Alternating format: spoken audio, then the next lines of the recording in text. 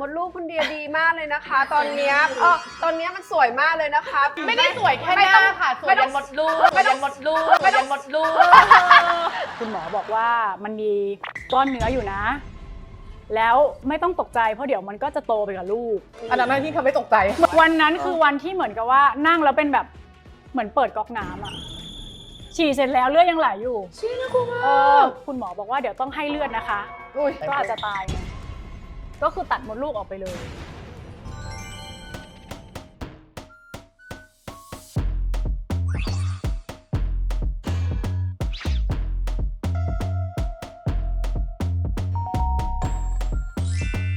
กลับมา Mothership นะคะจักรวาลของตัวคลอดบุตรไม่หยุดอยู่แค่ตัวแม่ค่ะ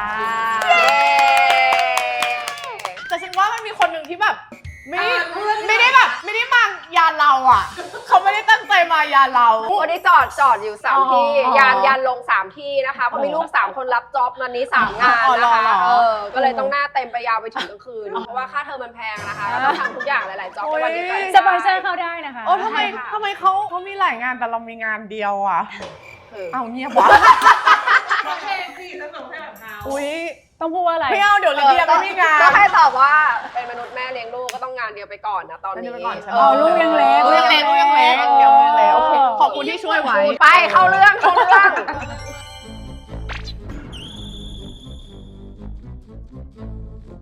ที่อยากจะเล่าให้ฟังอ่ะเพราะว่าอยากให้2คนอ่ะคือดูแลตัวเองดีๆแล้วก็ระวังไว้ด้วยเหมือนกันระวังอะไรระวังเอาไว้นะไม่เธอกลับมาเป็นรอบเดือนอีกรอบยังหลังเป็นแล้วใช่ไหมแล้วปวดท้องมากปวดท้องมากกว่าปกติเลยทำไมอ่ะทำไมต้องตกใจแปลกปวดไหมปวดท้องมามันไม่ควรจะปวดไงจริงเหรอก่อนหน้าที่เธอจะท้องก็ปวดปะไม่ปวด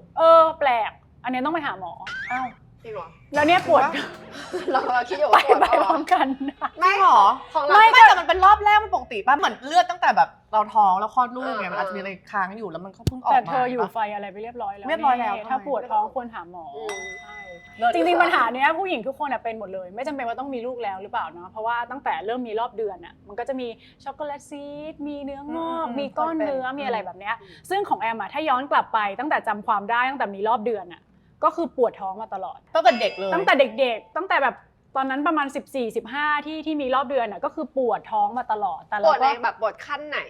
คือเชื่อว่าแบบประจำเดือนมาไงมันก็ต้องมีแบบเล็กๆแหละมันคือการบีบตัวมดลูกถูกป่ะแต่เลเวลไหนถึงเป็นเลเวลที่บอกว่าขุดปวดมากแล้วคนต้องไปหาหมอปวดเวลที่แบบเวลาปวดท้อง3วันเวลาเป็นก็คือมันจะเหมือนกับว่าขาไม่มีแรงแล้วก็ปวดแบบทำงานได้ไหมปวดทำงานได้ไหมก็ต้องอยู่บ้านทำก็ใช่ด้วยความที่ตอนนั้นเป็นนักกีฬาด้วยแล้วเรามีความรู้สึกว่าฉันเป็นผู้หญิงแมนๆเนาะฉันมีความรู้สึกว่าฉันจะไม่ปล่อยให้ร่างกายมาทำให้ฉันต้องหยุดทำอะไรแบบนี้ก็คือฝืนมาตลอดแต่เราก็ไม่รู้หรอกว่ามันฝืนได้หรือเปล่าจริงๆแล้วใช่ไหมทุกเดือนก็ปวดท้อง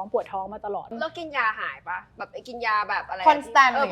หายไหมมันจะมีทั้งช่วงที่แรกๆกินแล้วหายแต่ก็จะเป็นคนที่ทนไม่อยากกินเพราะรู้ว่ามันจะแบบอยากจะรู้ว่ามันจะปวดขนาดไหนหรืออะไรแบบเนี้ยช่วงที่ไม่ไหวก็เริ่มกินเม็ดนึงก็หายใช่ป่ะแล้วมันก็จะมีบางช่วงที่กินแล้วก็ไม่หายพอมันกินแล้วไม่หายเราก็เลยโอเคงั้นไม่กินเพราะมันปวดเกินหรือว่ามันดื้อยามันปวดมากเพราะไม่เคยกินเยอะเลยกินแค่รอบนึงกินแค่เม็ดเดียวซึ่งปกติทุกคนจะกินทุก 4-6 ชั่วโมงถ้าไม่ไหวแต่แอมจะแบบรอบนึงกินแค่เม็ดเดียวถ้ายังปวดก็ไม่เป็นไรก็ปล่อยไปเพราะว่ายังไงเราก็ต้องไปซ้อมกีฬาต้องใช้ชีวิตอยู่แล้วก็ทนก็ปวดแล้วเราก็ต้องไปซ้อมกีฬาซ้อมก็ซ้อมตลอดไม่เคยได้หยุดเลยแล้วเวลามีประจำเดือนเนี่ยคือนานแค่ไหนกี่วันหนักไหมหรือว่ามาแบบว่าก็เป็นกระปอยมาปกติแล้วก็มาตรงตลอดไ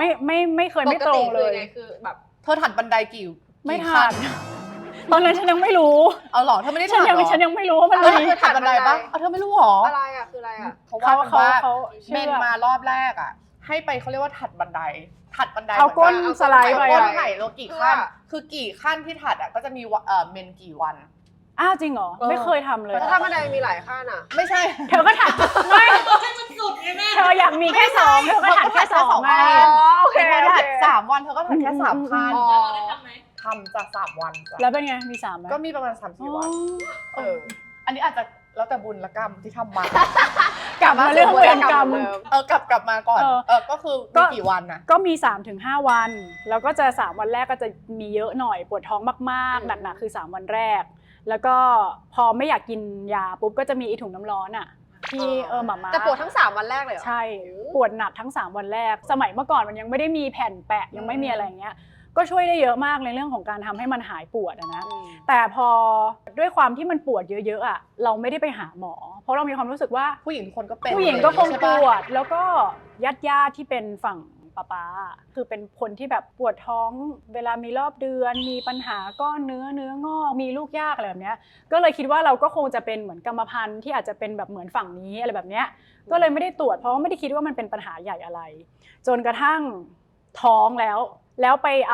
อาตราซาวด์ลูกอ่ะก็เพิ่งจะรู้จากตอนที่ท้องแล้วก็ซาวด์ลูกอ่ะคุณหมอบอกว่ามันมีก้อนเนื้ออยู่นะแล้วไม่ต้องตกใจเพราะเดี๋ยวมันก็จะโตไปกับลูก อันนั้นที่ทำให้ตกใจ เหมือนพอเราท้องปุ๊บมันก็จะมีอะไรไปเลี้ยงอะไรแบบเนี้ย ไปเลี้ยงให้มันใหญ่ขึ้น ใช่มันก็จะใหญ่ขึ้น ซึ่งตอนนั้นอ่ะมันก็ประมาณ3 นิ้วครึ่งอ่ะ เฮ้ย มันใหญ่มาก ไม่เล็กนะ เพราะมันขนาดเท่ามดลูกคนเลย เฮ้ย แล้วก็ยังไง มันต้องเป็น ใหญ่ กลมๆอย่างนี้หรอใหญ่มาก ใหญ่ ซึ่งต ให อ ญ่ น กว่า นั้น แอป อ่ะ เปิ้ลน่ะ ลูกทานศูนย์กลาง ใช่ ก็คือเท่าลูกแอปเปิ้ลลูกหนึ่งปะ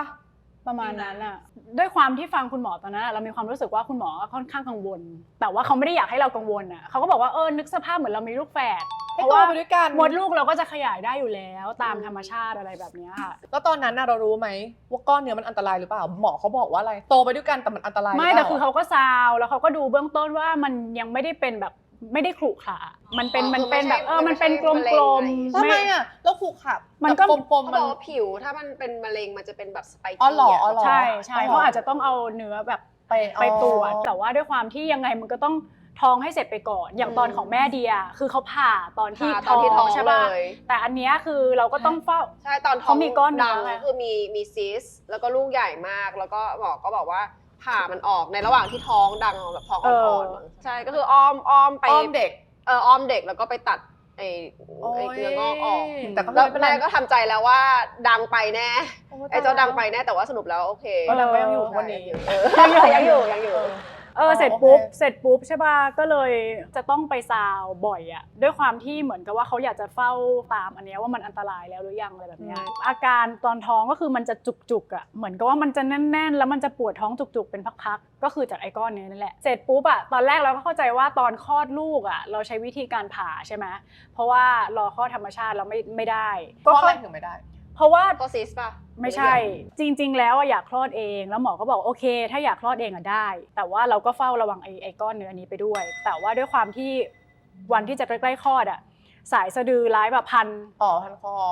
คอ2 รอบตัว2 รอบเท้า2 รอบเป็นแบบคือถ้าคลอดเองอะหมอบอกว่ามีโอกาสแบบอันตรายมากแต่ว่าก็โอเคด้วยความที่มันมีภาวะของลูกเข้ามาด้วยพอดีก็เลยโอเคไม่ต้องไปฝืนคลอดเองแล้วก็ผ่าคลอดออกมาแต่ว่าตอนแรกแอมเข้าใจว่าตอนเราผ่าลูกอ่ะเขาต้องผ่าก้อนนี้ออกไปด้วยใช่ป่ะเข้าใจแบบนั้นแต่หมอบอกว่าไม่ต้องผ่าเพราะว่าเดี๋ยวพอเราให้นมไปเรื่อยๆ มันก็จะ ถ้าเราวางแผนจะให้นมไปเรื่อยๆอ่ะมันจะฝ่อไปเองตอนนั้นก็ยังไม่เชื่อเลยว่ามันจะฝ่อไปเองได้ให้นมปีนึงแล้วก็พอถึงเวลากลับไปตรวจแล้วก็ไปเช็คอ่ะมันก็ฝ่อลงจริงๆแล้วยังอยู่คือไม่ได้หายไปเลยแต่ก็มันก็ฝ่อลงไปแล้วใช่ก็คือมันเล็กลงมาจนถึงที่ว่าไม่ต้องเอาออกแล้วอะไรแบบเนี้ยแต่ว่าต้องกินยาคุมนะที่เป็นฮอร์โมนเพื่อไม่ให้มันโตขึ้นมาอีกหมอก็ให้ยาที่เป็นฮอร์โมนมาแต่ปรากฏว่ากินแล้วกินไม่ได้อะมันเป็นกินแล้วมันเหมือนแพ้ท้องอีกรอบนึงอะใช้ชีวิตไม่ได้เลยอ่านข่าวไม่ได้เลยใช้ชีวิตไม่ได้เหมือนกลับมาแพ้ท้องอีกรอบนึงก็เลยหยุดกินโดยที่ไม่ได้บอกหมอนะก็คือเหมือนกับว่าไม่ไหวเองแล้วก็คิดว่าคงไม่ได้เป็นอะไรแล้วเดี๋ยวเราถ้ามันโตขึ้นมาใหม่ก็ค่อยไปตรวจอะไรแบบเนี้ยอันเนี้ยเป็นสิ่งที่ทำไปผิดเพราะว่าด้วยความที่ไม่ได้ตามแล้วปล่อยไปหลายปีอะแล้วพอปวดท้องอีกรอบนึงอะมันใหญ่ขึ้นมาเป็นเท่าเดิมอะก็3 นิ้วครึ่งอะ อันนี้คือใช้เวลานานเท่าไหร่ 5 ปี 5-6 ปี ก็คือไลฟ์ประมาณ 5-6 ขวบ ใช่ มันกลับมาใหญ่ใหม่ ใช่ แล้วหมอบอกไหมว่าทำไมมันถึงกลับมาใหญ่ใหม่ ไม่ เพ บอก ราะเราไม่ได้คุมหรอ ใช่อาจจะเพราะเราไม่ได้กินฮอร์โมนไง แสดงว่ามันซิสนี้มันไอ้ก้อนเนื้อเนี้ยมันโตเพราะฮอร์โมน เอาจริงๆหมอบอกว่าไม่รู้สาเหตุด้วยซ้ำไอ้พวกภาวะพวกถุงน้ำพวกคือไม่ได้รู้สาเหตุที่แน่ชัดอะ อะไรเป็นคนเลี้ยงมันให้มันโตให้มัน นั่น อะ แห ไร ละ เป็นอะไรอย่างเงี้ย แล้วเสร็จปุ๊บใช่ป่ะด้วยความที่เราก็รู้แล้วแหละว่าเรากินยาไม่ได้แต่เรากลับมาปวดท้องเรากลับมารอบเดือนเยอะตอนแรกอะเยอะพอๆกับก่อนท้องแต่พอหลังจากนั้นอะมันเริ่มเยอะขึ้นเรื่อยๆเปรียบเทียบก็คือปกติอะเราใช้แค่แบบแผ่นอนามัยที่มันเป็นแบบ อันยาวตอนนอนใช่ป่ะไม่ได้แล้วต้องใช้เป็นในกางเกงอ่ะ จริงเหรอ แล้วเราก็แค่มีความรู้สึกว่า4-5 วันมันก็ผ่านไปในแต่ละเดือนก็ยังพอได้อยู่คงมีภาวะที่ว่าเลือดออกเยอะเฉยๆอะไรเงี้ยจนมีอยู่วันนึงเวลาเราเป็นเยอะๆอย่างเงี้ยไปเข้าห้องน้ำมันก็จะเวลาเราฉี่อ่ะมันก็จะมีนิดนึงใช่ไหมที่ออกมาพร้อมใช่ไหมใช่แต่ว่า แดกๆเลย เลือดออกอะ วันนั้นคือวันที่เหมือนกับว่านั่งแล้วเป็นแบบเหมือนเปิดก๊อกน้ำอ่ะฉี่เสร็จแล้วเลือดยังไหลอยู่ฉี่นะกูมากไหลใช่แบบติ่งๆอย่างนั้นเลยติ่งๆแล้วแบบเฮ้ยยังไงดีวะแล้วก็รู้สึกไม่มีแรงคิดว่าไปหาหมอดีกว่าวะเพราะว่าแบบมีลูกแล้วกลัวตายอ่ะไปหาหมอดีกว่าเพราะว่าในช่วงระหว่างที่สมมุติปกติเนี่ยวันนึงถ้ามีเยอะๆเราก็ใช้แผ่นประมาณ4 แผ่นอะไรอย่างงี้ใช่ไหมแต่วันนั้นคือมันเหมือนแบบชั่วโมงนึงไม่ได้แล้วชั่วโมงนึงต้องเปลี่ยนแล้วชั่วโมงนึงต้องเปลี่ยนแล้ว อันนี้เขาเรียกว่าแบบ เป็นอย่างเงี้ยตอนรอบเดือนอันแรกล่าสุดเลย ที่กลับมา ที่กลับ ร มา อบ มี นึงใช่ป่ะ เปลี่ยนทุกชั่วโมงเลยเหรอ เกือบเต็มเร็วมากอะ แต่หนักจริงถ้ารอบแรกจำได้ว่าหนัก หนักใช่ป่ะเป็นระบบดีนะ อ๋อจริงเหรอจำไม่ได้ จำได้ แล้ว ว่า ว่า ครั้งแรกที่มาจำได้เลยว่าแบบหนักมากแล้วปวดท้องของดิออนจำได้ว่าประมาณ6 เดือนเป๊งเลยด้วย คนทั้งก็6 เดือน แบบเป๊งเลยแบบมาตรงวัน 7 เดือน ดิออนคลอดวันที่7 ตุลานับไป6 เดือนวันที่7 เดือนที่เท่าไหร่นะมาเลย อ๋อเหรอ เป๊งเลยแบบวันที่7แบบ7 ถึง 7อะไรเงี้ยแล้วก็ของคนอื่นๆคือดิรู้สึกว่ามันอยู่ที่การให้นมลูกด้วยอะอย่าง ก็เลิกให้นมปุ๊บ ใช่ มันก็ ใช่ จะ แต่จริงๆมันก็คง แล้วแต่ มา บ้าน ก่อนที่จะหยุดให้นมแต่ว่าอย่างดีแลนกับเดมี่เนี่ยมันก็จะมาช้ากว่า6 เดือน เพราะว่ายังให้นมเราให้นมเขานานกว่าดิออนอย่างเงี้ย แล้วปวดท้อง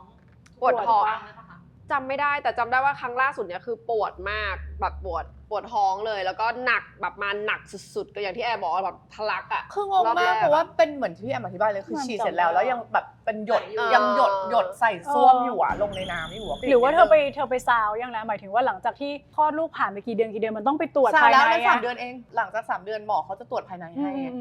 อ๋อแต่ทุกอย่างโอเคปกติ โอเคไม่มีอะไร คือดิรู้สึกว่าหลังจากมีลูกแล้วเนี่ยหลังจากนั้นคือจะเลือดออกเยอะกว่าก่อนคือ เหมือนเฮลตี้ขึ้นอย่างเงี้ยหรอเกี่ยวไหม ไม่รู้ห เหมื รือ อน ว่า ผนัง หรือว่ามดลูกเรามันใหญ่ขึ้นมาจากการที่เรา ไม่จริง มันก็เลยมีพื้นที่ มัน มา ยื ก ด เอาผนังเยอะ มันยืด ใช่ มัน ปะ ยืด มัน เขาบอก ยืด ว่ามันจะยืดถ้ามีลูกแล้วมันจะยืดขึ้นประมาณ ไซส์มดลูกเราเท่าไหร่นะที่แอนบอก 7-8 เซนแต่พอเรามีลูกแล้วมันจะขยาย 1-2 เซนแล้วแต่คน อันนี้หลายเซน อันนี้น่าจะหลายอะค่ะเพราะลูก3ใช่ก็เลยรู้สึกว่ามันหนักขึ้นกว่าเดิมคือแบบเลือดออกเยอะกว่าเดิม อ๋อเหรอไม่แต่อาจจะแบบความสมบูรณ์ไงคือ ไม่ เขาบอกว่า รู้ พ อะ อมีลูกแล้วเหมือนจะล้างระบบข้างในด้วยไงทำให้แบบภายในเราแบบดีขึ้นแบบเฟอร์ทาวมากขึ้นมีลูกติดง่ายขึ้นก็อาจจะทำให้ผนังมดลูกหนาขึ้นอะไรอย่างเงี้ยอาจจะมีเกี่ยว นี่ก็พร้อมแล้วสิพร้อมมีลูกอีกคนแล้ว อ่ เพราะว่า แกจะเย็นๆนะแกเป็น กลับมาแล้ว บ้าน1 รอบเอง เฮ้ยมันมีหลายบ้านมากเพื่อนแอมอ่ะ2 บ้าน เผล เล อเผล ย อไหมคะ ที่แบบ ชีเผลอ ยังให้นมลูกอยู่ แล้วเป็นมายัง ยังไม่ได้รู้ด้วยซ้ำว่ามันกลับมาเป็นปกติแล้วว่ายังเหมือนแบบมาแค่นี้แล้วก็ ปุ๊บ 1 ที 1 ทีเท่า หนึ่ง นั้น ที อันนี้คือ 2 บ้านที่รู้จักอ่ะก็คือมีลูกคนที่ 2 หลัง คน จาก จะบอ ที่ กว่าเรียกว่าเผลอ ลูกคนแรกยังไม่ได้โตมากเท่าไหร่ โอ้ my god แสดงว่าคือผนังมดลูกกำลังแบบเต็ม พร้อ ที่ ม เลย พร้อ นุ่ ม มชุ่มฉ่ำพร้อม นุ่ม ฝัง ชุ่มฉ่ำ ตัวมากแบบผนังแบบนะ เออ คุชชั่นเลยจ้ะ ใช่ เออ วันนั้นน่าจะบอกว่าคือเกือบตายเลยเพราะว่า ไอ้วันที่เลือดออกอะนะ มันปวดท้องมาก ก็ตอนที่มันนั่งไปเข้าห้องน้ำแล้วฉี่แล้วแบบเลือดมันยังไม่หยุดอ่ะจนเรามีความรู้สึกว่าเฮ้ยไม่ได้แล้วว่ะไปหาหมอดีกว่าเพราะว่าก่อนหน้านี้ที่เขาให้เสริมวิตามินเสริมธาตุเหล็กเสริมอะไรเงี้ยมันก็ยังเหมือนไม่ค่อยดีขึ้นอ่ะอาจจะกินไม่ค่อยตรงเวลาด้วย ไม่ได้กินตาม ไม่กินเลยดีกว่าใช่ไหม กินแต่ว่ามันรู้สึกอ่อนแรงอ่ะมันรู้สึกเหมือนแบบไม่แข็งแรงเหมือนเดิมอะไรแบบเนี้ยแล้วจนวันนั้นอ่ะก็คือเฮ้ยไปหาหมอดีกว่าไม่ไหวแล้วซึ่งช่วงระหว่างที่ไปหาหมอที่โรงพยาบาลมันก็ยังออกมาอยู่ตลอดเวลาเนี่ยหรอกปะแล้วก็ยังโชคดีที่ไปถึงอ่ะคุณหมอที่เป็นคนทำคลอดที่เป็นคนที่เราฝากคันอ่ะเขาก็อยู่วันนั้นพอดี พอไปถึงปุ๊บพอเขาเห็นว่าเราเป็นภาวะเนี้ยเขาก็เลยเจาะเลือดก่อนแล้วว่าเฮ้ยดูความผิดปกตินู่นนี่นั่นอันนี้คือเข้าฉุกเฉินเลยนะแล้วเสร็จปุ๊บพยาบาลก็เดินมาบอกว่าคุณหมอบอกว่าเดี๋ยวต้องให้เลือดนะคะ อุ้ย งงมากตอนนั้นว่าแบบเฮ้ย ขนาดนั้นเลย มันถึง เหรอ ขั้นนั้นเลยเหรอว่าเราแบบต้องให้เลือดอะไรอย่างเงี้ยซึ่งไม่ได้ให้น้อยๆอ่ะให้หลายถุงอ่ะให้หลายถุงอ่ะแล้วก็แบบก็โทรหาที่ทำงานบอกว่าวันนี้ไปอ่านข่าวไม่ได้เพราะมันเป็นรายการสดใช่ป่ะวันนี้ไม่ได้อ่านข่าวแต่ต้องลางานหลายวันเลยเดี๋ยวบอกอีกทีว่าจะกลับไปได้เมื่อไหร่เสร็จปุ๊บไอเติมเลือดไม่เท่าไหร่เพราะเรารู้ว่าเลือดมันเยอะอ่ะมันก็คงตามปกติใช่ป่ะก็คือต้องใส่เลือดเข้าไปแต่ทีเนี้ยพอคุณหมอมาหมอบอกว่าสิ่งที่คุณหมอกังวลคือมะเร็งหมอคิดว่าถ้าอยากจะตัดมดลูกออกไปเลยอ่ะก็ได้ ให้มันจบไปเลยอย่างเงี้ยหรอก็คือตัดมดลูกออกไปเลยใช่ เพราะอะไรอ่ะถ้าเราไม่ได้จะมีลูกแล้วก็คือจะได้ไม่ต้องมีการปวดท้องมีภาวะอะไรใดคือจบไปเลยตอนแรกที่เขาไม่ได้ตัดให้ตั้งแต่ช่วงแรกที่เป็นเนี่ยเขาอยากให้เรามีลูกอีกคนนึงเขาบอกว่ายังเด็กอย่าเพิ่งตัดมดลูกออกไปเลยเผื่อเราจะมีลูกอีกคนนึงเผื่อเปลี่ยนใจซึ่งเราก็เหมือนมั่นใจแล้วแหละว่าเราไม่ได้อยากจะมีลูกอีกคนนึงแล้วแต่วินาทีนั้นวินาทีที่หมอบอกว่าเดี๋ยวเรามาคุยกันว่าเราจะตัดมดลูกออกเรามีความรู้สึกว่าแบบวิวป่ะอยู่ดีมก็ร้องไห้อ่ะใช่แล้วก็วิวดิใช่แล้วเราก็แบบเฮ้ยแล้วถ้าเกิดวันนี้เพราะว่ามันเป็นฉุกเฉินใช่ป่ะถ้าเราบอกเขาว่าเราจะตัดมันคือต้องตัดตอนนั้น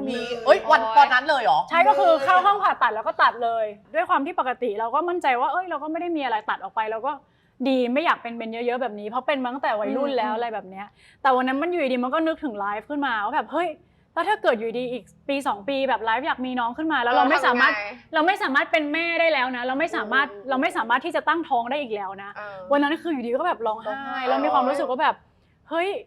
ยังไงวะจากที่ก่อนอันนี้เคยมั่นใจว่าตัดออกไปไม่ได้มีปัญหาอะไรเงี้ยแต่สุดท้ายพอคุยกับหมอเขาก็เลยคุยว่าโอเคก็เก็บไว้ก่อนแม่ร้องไห้เขามี relationship อะไรแปลกๆกับเนื้องอกของเราไม่ก็คือสุดท้ายเก็บมดลูกไว้แต่ว่าเอาเนื้องอกออกสรุปเอาออกเนื้องอกต้องผ่าออกแต่ว่าผ่าออกด้วยความยากลำบากมากนึกหน้ามดลูกออกแค่นึกสภาพมดลูกไม่ออกสภาพมดลูกอ่ะประมาณเนี้ยซึ่งก้อนเนื้อก็อยู่เต็มมดลูกเลยก็คือทั้งอันก็มันใหญ่3 นิ้วครึ่งมันพอกันแล้วก็ทีนี้พอมันทิ้งไว้นานอันนี้ที่บอกว่าไม่ควรทิ้งไว้นานเพราะว่าไม่สามารถส่องกล้องได้แล้วเพราะว่ามันใหญ่มันใหญ่เกินมันใหญ่แล้วว่ามันติดอยู่กับผนังมันก็จะอยู่นานมันก็จะแบบถิ่นเขาแล้วเขาต้องล็อกใช่เพราะว่าถ้ามันเป็นเล็กๆเขาสามารถที่จะส่องกล้องแล้วก็ไปตัดแล้วก็หยิบออกมาใช่ป่ะแต่อันนี้ไม่ได้นั่นแหละค่ะถ้าหมอแนะนำให้ทำไปเลยอย่ารอเพราะแอมต้องผ่าที่เดียวกับที่เคยผ่าลูกเลยอ่ะเหมือนคลอดลูกอีกรอบนึงคลอดลูกอีกคนนึงอ่ะเหมือนคลอดลูกอีกรอบนึงแล้วไงเราพอไปผ่าเล่าให้ฟังหน่อยว่าตอนที่ไปผ่ามันต้องอะไรยังไงแล้วเขาเอาออกมาเป็นก้อนแล้วมันยังไงอ่ะพอผ่าออกมามันเหมือนผ่าคลอดลูกอ่ะก็คือก้อนเท่านี้เลยแล้วมันดูน่ากลัวมากอ่ะมันเหมือนแบบมันจะเป็นสีขาวๆเหมือนเป็นไข่อ่ะนอกจากจะมีก้อนใหญ่แล้วอ่ะก็มีก้อนเล็กๆเต็มเลยเต็มหมดลูกเลยเล็กๆออกมาแบบเอาออกมาทีเดียวเยอะมากเหรอไม่ใช่ก้อนเดียวด้วยไม่ใช่ที่ก้อนใหญ่มันมีแก๊งของมันมีกองทัพเพื่อนมีลูกสมุนใช่นั่นแหละก็เลยรอดชีวิตมาได้วันนั้นเพราะว่าเติมเลือดเสร็จแล้วก็ผ่าเราถ้าวันนั้นไม่เติมเลือดหรือว่าไปหาหมอไม่ทันหรือไม่ผ่าออกมันจะเกิดอะไรก็อาจจะตายเลยเลือด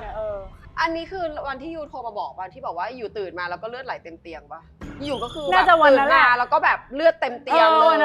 แล้วก็แบบเฮ้ยเกิดอะไรขึ้นใ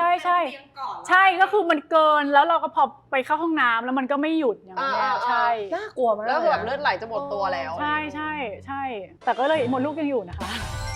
แต่ว่าหลังจากนั้นอ่ะก็คือกินฮอร์โมนแล้วทีนี้ไม่กล้าไม่กินอีกต่อไปแล้วทำไงแล้วแพ้ท้องทุกวันเลยเหรอไม่พอสักพักนึงพอกินไปได้สัก 7-8 วันอ่ะมันก็เหมือนร่างกายเราก็ปรับตัวได้แล้วก็ยาวมาจนถึงตอนนี้แล้วตอนนี้คือเราไปอุลตราซาวด์เห็นไหมว่าแบบมันคลีนแล้วหรือว่าแบบเราไม่ไปหาหมอเลยอะ แต่ตอนนี้ปวดท้องไปเลยที่เลยบอกไงว่ารอบเนี้ยถ้าไปก็คงต้องตัดออกแล้วแหละจะตัดแล้วหรอคือตัดสินใจแล้วหรอจะตัดมดลูกออกทำไมอ่ะคิดว่าก็คงไม่ขี้เกียจแล้วคงไม่ได้9 ขวบแล้วคงไม่ได้มีลูกเพิ่มแล้วก็ทีนี้จุดประสงค์แล้วก็คืออยู่เลี้ยงลูกแล้วถูกปะล่ะเพราะว่าถ้าเราเก็บไว้เราก็ไม่รู้ว่าเหมียวเป็นอะไรขึ้นมาแต่มันมีเรื่องถ้าตัดมดลูกอ่ะมันจะมีเรื่องราวมากกว่านั้นเนอะเพราะมันจะมีเรื่องฮอร์โมนมันก็จะหายไปเดี๋ยวนี้คืออย่างเมื่อก่อนอย่างเงี้ยถ้าสมมติว่าสมัยก่อนอ่ะเขาจะตัดมดลูกออกไปพร้อมรังไข่เลยเพราะว่ามันก็ต้องเฝ้าระวังไอ้มะเร็งรังไข่ด้วยเหมือนกันใช่ป่ะถ้าสมมติว่าอายุเยอะมากๆแล้วที่คุยกับคุณหมอหลายๆคนนะเขาบอกว่าเขาก็จะตัดทั้งมดลูกและรังไข่แต่ว่าถ้าไม่ได้มีปัญหาอะไรอ่ะเขาจะตัดออกเฉพาะมดลูกแล้วเก็บรังไข่ไว้รังไข่เรายังอยู่เพราะแล้วมันฮอร์โมนมันยังจะทำงานปกติปะปกติเหรอที่หมอว่านะเหรอนี่คือไอคิดมาตลอดว่าการตัดมดลูกก็คือหมดสิทธิ์ละจบไข่ก็คือจบคือต้องไปทั้งหมดทั้งยวงแล้วก็ต้องมากินฮอร์โมนเสริมมันจะเกี่ยวกับเรื่องการเป็นเมโนพอสอะไรพวกนี้ด้วยมันก็จะเป็นแบบนั้นไปเลยไม่แต่ทำไม่เอารังไข่ออกไงฉันก็เอาออกแต่มดลูกใช่เอาออกแต่มดลูกนี่เป็นเหตุผลที่เราไม่ยอมทำหมันนะสำหรับเดียเพราะว่าพอไปผ่าลูกเนี่ยหมอเขาก็จะถามเลยตอนที่อยู่ขึ้นอยู่บนเขียงอะ ทำหมันเลยไหมครับ อืม อะไรอย่างเงี้ยซึ่งเราก็บอกว่าไม่เพราะว่าเรากลัวว่าหนึ่งมันจะ อืม เอฟเฟกต์ฮอร์โมนเรา ใช่ ถ้าเราไปทำหมันเลยฉันจะแก่เลยหรือเปล่าแบบมันจะเริ่มผลิตฮอร์โมนเลยไหม เรา อะ ไม่ ไร ได้ อ คิดตรง ย่าง นี้ เงี้ย เหมือนกันเนาะ ใช่เราก็เลยแบบไม่ยังไม่ทำค่ะ อืม คือไม่ใช่เพราะว่าเราอยากจะมีลูกอีกแต่เพราะว่ากลัวเราจะแก่ เพราะว่าเอาจริงกับการทำหมันอะทำหมัน ใช่ ผู้หญิงทำหมันผู้ชายอันไหนมันมีผลกระทบมากกว่ากัน ก็ทางผู้หญิง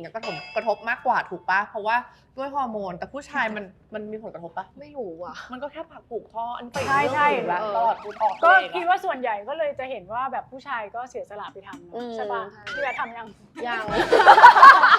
ยังแต่ไม่แพลนเร็วๆนี้ ไม่แต่ว่าเขาก็อาจจะมีอีกคนนึงก็ อ๋อ ได้ no ยูรู้ป่ะน่ากลัวมาก วันก่อนไปตรวจสุขภาพเขาก็อุลตราซาวด์ก็บอกผนังมดลูกคุณเดียดีมากเลยนะคะ ตอนเนี้ยตอนเนี้ยมันสวยมากเลยนะคะผนังมดลูก1 เซนแล้วนะคะโอ้เนี่ยดูกำลังไข่วันนี้เนี่ยไข่กำลังจะพุ่งออกมาเลยนะคะ คุณลิเดียพร้อมมีลูกได้อีกคนนึงเลยค่ะบอก no โอเค น่า พี่แม กลัวมาก ไม่ได้สวยแค่ ไม่ ห ต้ น้า อง ค่ะสว ไม่ ย ต้ ยั อง นหมดลูกสวยยันหมดลูกสวยยันหมดลูก สวยจากภายในนะคะ ภายนอกถึงภายใน ของจริง ไม่ต้องสวยเราก็ได้นะลูกเราไม่ต้องการลูกคนที่สี่ ไม่ที่วันนี้อยากมาเล่าอ่ะเพราะอยากจะเตือนทุกคนว่าความเป็นผู้หญิงอ่ะมันมีโอกาสเกิดขึ้นได้ตลอดเนาะใช่ไหมไม่ว่าจะเป็นไอถุงน้ำในรังไข่หรือว่าเนื้องอก PCOS ช็อกโกแลตซีส ช็อกโกแลตซีสอะไรแบบ เอ้ย เนี้ ฉัน ย เคยเป็นช็อกโกแลตซีส แล้วเรา แล้ว ทำ ก็อะไรขึ้นกับมันอ่ะ เคยเป็น มันก็ฝ่อไปเองเขากินฮอร์โมน ไม่ อันนี้เป็นตั้งนานละ หรอ มะเร็งสแกร์ฉันเคยเป็นมาแล้วเหมือนกัน อะไรคือมะเร็งสแกร์ เธอไปเยี่ยมฉันที่โรงพยาบาลด้วย คืออะไร หา อะไร มะเร็งไม่เจอว่าอยู่ที่ไหน แต่มันเหมือนมาร์กเกอร์ขึ้นมาเฉยแต่สรุปว่าหาอะไรไม่เจอ ก็หาอะไรไม่เจอใช่ มันมี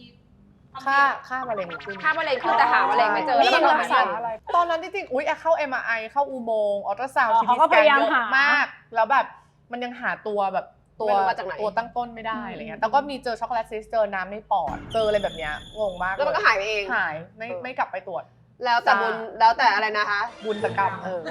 บุญกรรมของ ยังมีบุญอยู่ ใคร ยังมี ที่ บุญอยู่ ทำมาบุญยังมีอยู่จ้า ไม่มีบุญ อ๋อไม่เดี๋ยวนิดนึง ไม่สิไม่สิ อันนี้ไม่ เรายังมีบุญอยู่สิเรายังอยู่ทุกวันนี้ ยังอยู่ ออกมาตั้ง จ้า สิบกว่าอัน ยังรอดชีวิตอยู่ได้ก็โอเคเนาะ ใช่ออ เพราะฉะนั้น อ่ะ ย้ำเลยว่าไม่จำเป็นว่าต้องมีลูกแล้ว หรือว่าอะไรคือแค่คุณเข้าสู่วัยเจริญพันธุ์อ่ะคุณควรจะไปหาหมอแล้วไม่ก็หมายถึงพอเริ่มมีรอบเดือนอ่ะใช่ไหมหลายๆคนก็เป็นจริงๆ เดินมา 5-6 คนเนี่ยถามเนี่ยเป็น เป็นเยอะ 2-3 คนอะไรแบบเนี้ยเยอะมากเลยเพราะฉะนั้นอ่ะถ้าปล่อยไว้แบบแอมมันอันตรายมากอาจจะถึงชีวิตแล้วอาจจะแบบผ่าด้วยกล้องไม่ได้ผ่าใหญ่อันเนี้ยมันก็เป็นเรื่องใหญ่ เพราะฉะนั้นอ่ะไปหาคุณหมอแล้วก็ตรวจร่างกายเป็นประจำรวมไปถึงตรวจภายในด้วย อันนี้จำเป็นมากเพราะว่าบางทีอ่ะยิ่งเด็กหรือว่ายิ่งแบบคนยังไม่เคยแบบมี เพศสัมพันธ์ อะไรอย่างเงี้ยก็จะยิ่งเขินอาย อืม อันเนี้ยก็ต้องจริงๆฝากถึงคุณพ่อคุณแม่ด้วยเหมือนกันเนาะ ใช่ ว่ามันจำเป็นแล้วมันส่งผลต่อสุขภาพในระยะยาวด้วย อย่าลืมติดตามรายการ Mothership ยานแม่ของพวกเรานะคะออนแอร์วันพฤหัส1 ทุ่มตรงออนแอร์วันพฤหัส1 ทุ่มตรงนะคะ กับช่องลิเดียสลันรัตดีนกดไลค์กดแชร์แล้วก็ subscribe ด้วยค่ะสวัสดีพี่นะคะบาย